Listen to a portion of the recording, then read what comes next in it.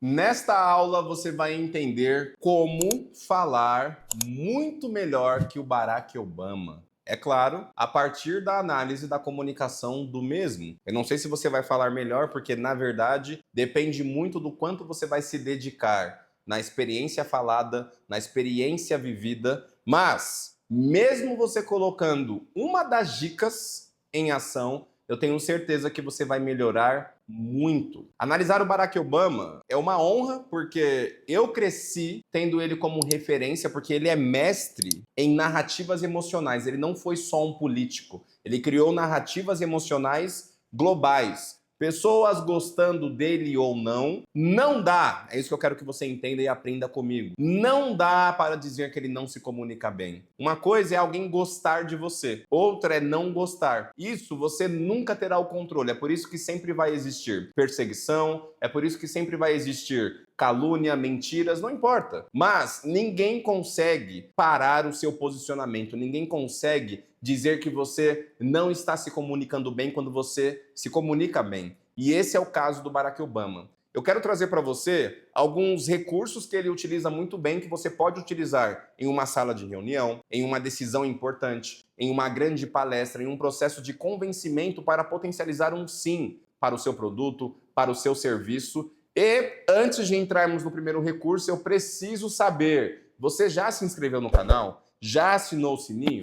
Porque eu, o Chris Duff, o segundo negro mais lindo do mundo, quero fazer você crescer. Porque se você crescer, nós crescemos. Então, toda essa qualidade que você está vendo aqui é para o seu crescimento, é para o nosso crescimento e precisa ter uma troca. Mas eu não quero pessoas aqui vegetando aleatoriamente. Eu quero pessoas que queiram, de fato, se posicionarem na vida real, no palco real. E o palco real tem pressão. E onde tem pressão precisa ter postura e coerência. E é isso que você vai aprender aqui no meu canal. Cris, qual que é o primeiro passo? O primeiro passo é pausas estratégicas. O Barack Obama, ele entendeu muito cedo que toda narrativa precisa de time. E não existe time quando você fala de uma forma desenfreada.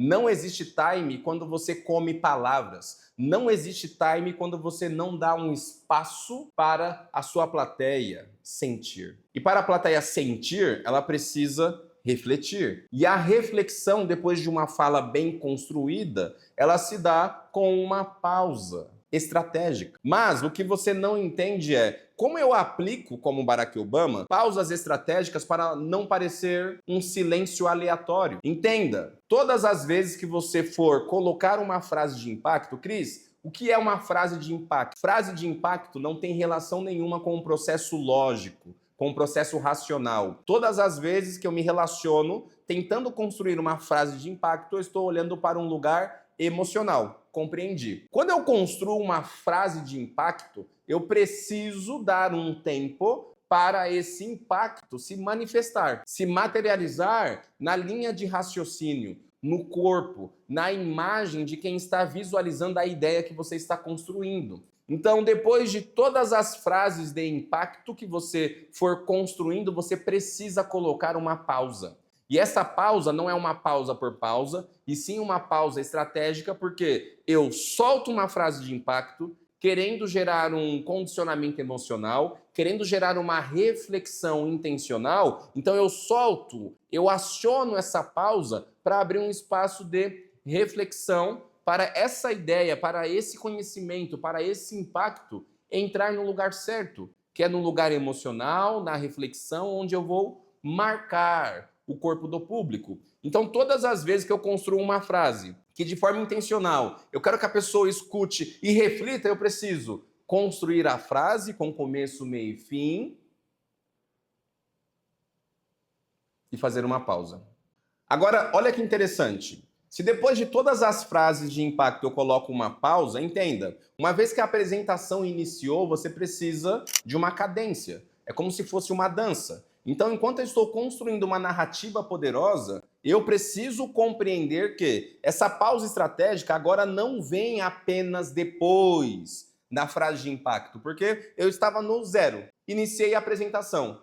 Então, antes não cabe pausa, porque é um início. Mas uma vez que eu inicio uma apresentação, dentro dessa apresentação eu já separei momentos específicos para gerar esse impacto. Depois da frase de impacto eu trago essa pausa, eu também começo a trabalhar a pausa estratégica antes da frase. Então, uma vez que a apresentação fluiu, você também consegue condicionar um lugar de reflexão, um lugar de impacto muito mais poderoso, agora transformando essa pausa estratégica no início e não só no fim. Então, enquanto você está falando, criando uma cadência, um ritmo falado, você pode aplicar uma pausa. O público percebe que a atmosfera mudou porque você que está conduzindo o ritmo da dança. E depois que você estabeleceu esse silêncio, essa pausa estratégica, você solta essa frase de impacto. O Obama ele fez isso em grande parte das suas apresentações. Ele conseguiu mover pessoas em situações e em circunstâncias diferentes com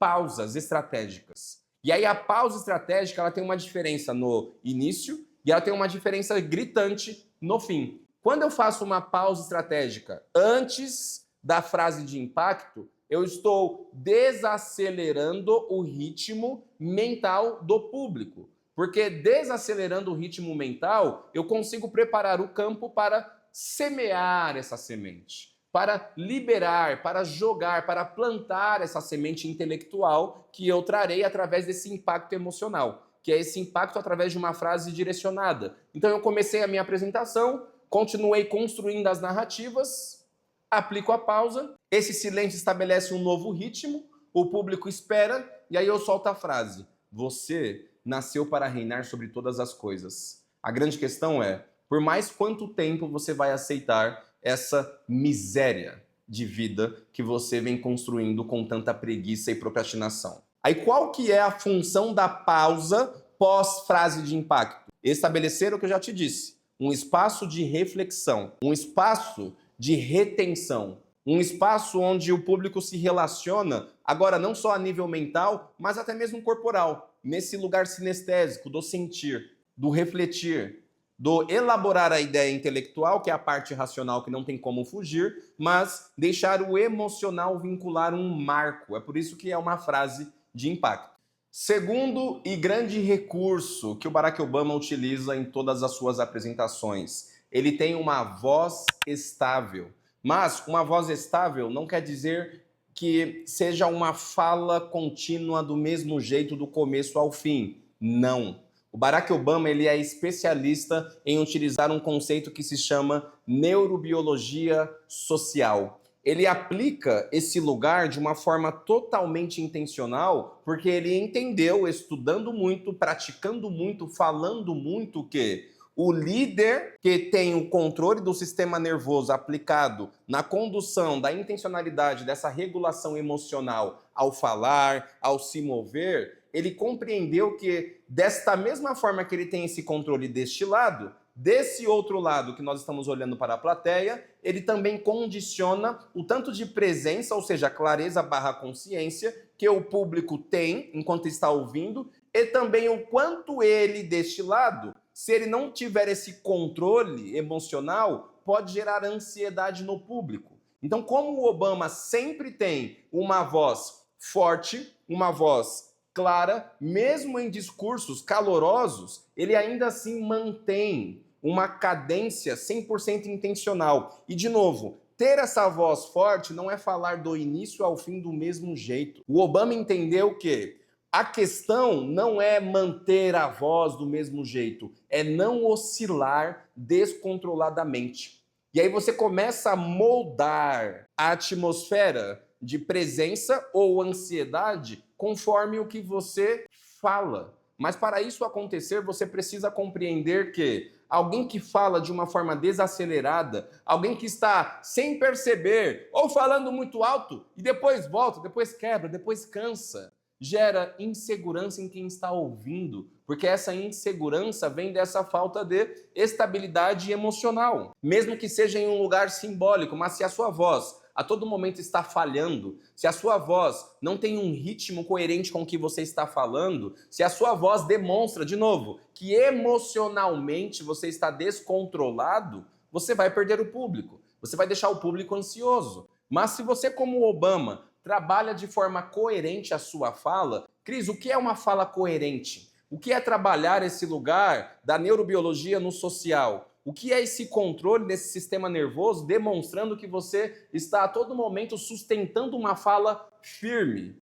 É você compreender que tudo que você fala dá um direcionamento de qual volume, qual velocidade se deve utilizar conforme o que você está construindo em sua narrativa. Se você assistir às palestras do Barack Obama, você vai perceber que o tom da fala condiz com o conteúdo. Então tem pessoas que dizem, eu não sei em qual momento oscilar, eu não sei em qual momento descer, eu não sei em qual momento subir. Se você estiver se ouvindo, esse é o segredo. Uma voz firme como o Barack Obama, ela nasce do se ouvir, de uma escuta ativa. Se você estiver se ouvindo, se você não estiver com aquele combustível tão problemático que é aquela vontade de ser validado, aquele medo do julgamento, se você estiver se ouvindo como um maestro, você vai conduzir a fala conforme o volume e a velocidade conversem com o conteúdo. E se você analisar, ele faz isso de uma forma tão magistral que é gostoso de ouvir.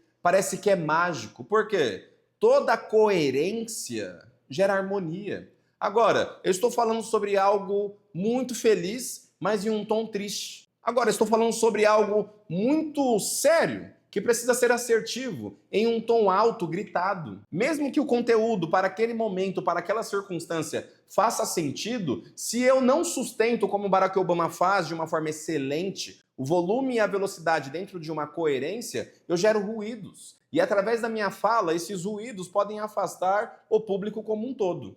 Terceiro e último recurso que o Barack Obama utiliza de uma forma excelente, poderosa e magistral. Construção de narrativa coletiva. Se você analisar no seu dia a dia, você vai perceber que você gosta de pertencer. Você gosta de pertencer a um estilo musical, a um estilo cultural, a um estilo de comemoração de feriado, como o carnaval, ou você faz parte de um grupo que não gosta de comemorar o carnaval, enfim, o ser humano gosta de pertencer. E em todas as narrativas do Barack Obama, ele gosta de aplicar claramente de uma forma intencional a identidade compartilhada. Então ele cria uma narrativa, ele sempre associa essa narrativa a uma identidade compartilhada. Por exemplo, ele não fala eu fiz, ele diz nós fizemos. Ele diz a nossa geração. Ele diz juntos. O ser humano gosta de pertencer. E o pertencimento vem da criação de uma tribo. E todas as vezes que dentro de uma tribo alguém sobe para falar e fala pelo todo, os políticos fazem muito isso. É sempre pelo todo, é sempre pelo bem comum, é sempre pelo grupo. Quando a sua narrativa é aplicada de uma forma intencional e você começa a matar o eu fiz, o eu quero, o eu gosto, o eu conquistei e começa a criar de uma forma intencional, leve, sem o outro perceber, sem o grupo, sem os seus colaboradores perceberem, eles já estão envolvidos em uma atmosfera de grupo, em uma identidade totalmente compartilhada. Agora, quando você não faz isso, você afasta o público. Porque mesmo que você tenha muitos resultados, como Barack Obama já tinha, mesmo ele sendo o grande presidente, mesmo no pós, todo o processo, o caminho que ele fez como político, ainda assim as narrativas têm essa identidade compartilhada. Por quê? Porque no isolado eu afasto. Mesmo com muitos resultados, se é tudo sobre você, ninguém quer saber de você. O ser humano é egoísta. Se o ser humano é egoísta e todas as suas narrativas levam para o mesmo lugar, o você afasta, você cansa. Como ele é egoísta, ele quer saber da vida dele, mas quando esse egoísmo é direcionado, ele é conduzido por alguém que cria uma apresentação, cria uma palestra, cria uma reunião, sempre levando o bem comum, sempre criando uma tribo e associando a pessoa para ela se sentir pertencente, o crescimento vem muito rápido. As pessoas dão mais atenção, elas sentem que tem um espaço para compartilhar uma ideia, mesmo que não tenham. Pode ser uma multidão, 30 mil pessoas, elas sentem que podem levantar a mão e dizer, é verdade. Você percebe que, em grande parte da apresentação a nível não verbal, as pessoas estão assim, falando. Porque essa sensação de pertencer faz parte do ser humano. Quando você cria essa narrativa coletiva, você ganha muito mais conexão, Onde tem conexão, tem atenção. Quanto mais atenção, ou seja, quanto mais a pessoa vai te ouvindo, maior a sua conversão, porque a conversão vem da retenção. Quanto mais eu retenho a pessoa me ouvindo com clareza, se sentindo dentro, a probabilidade de falar sim de novo para um produto, para um serviço, para uma ideia é muito maior. Muito obrigado para você que assistiu até aqui. Obrigado para você que dedicou o seu tempo estudando comigo. Você já sabe, é o clássico. Ative o sininho. Assim que nós postarmos mais um vídeo, eu quero que você receba. Eu quero que você venha aprender comigo. Se você sabe que você precisa crescer e você também sabe que você tem um colega, um parceiro, um liderado, um líder, um sócio que também precisa melhorar o comportamento, a comunicação, envie esse vídeo para ele. Se inscreva no canal e vamos crescer juntos. E por favor, não se esqueça que você nasceu para reinar sobre todas as coisas.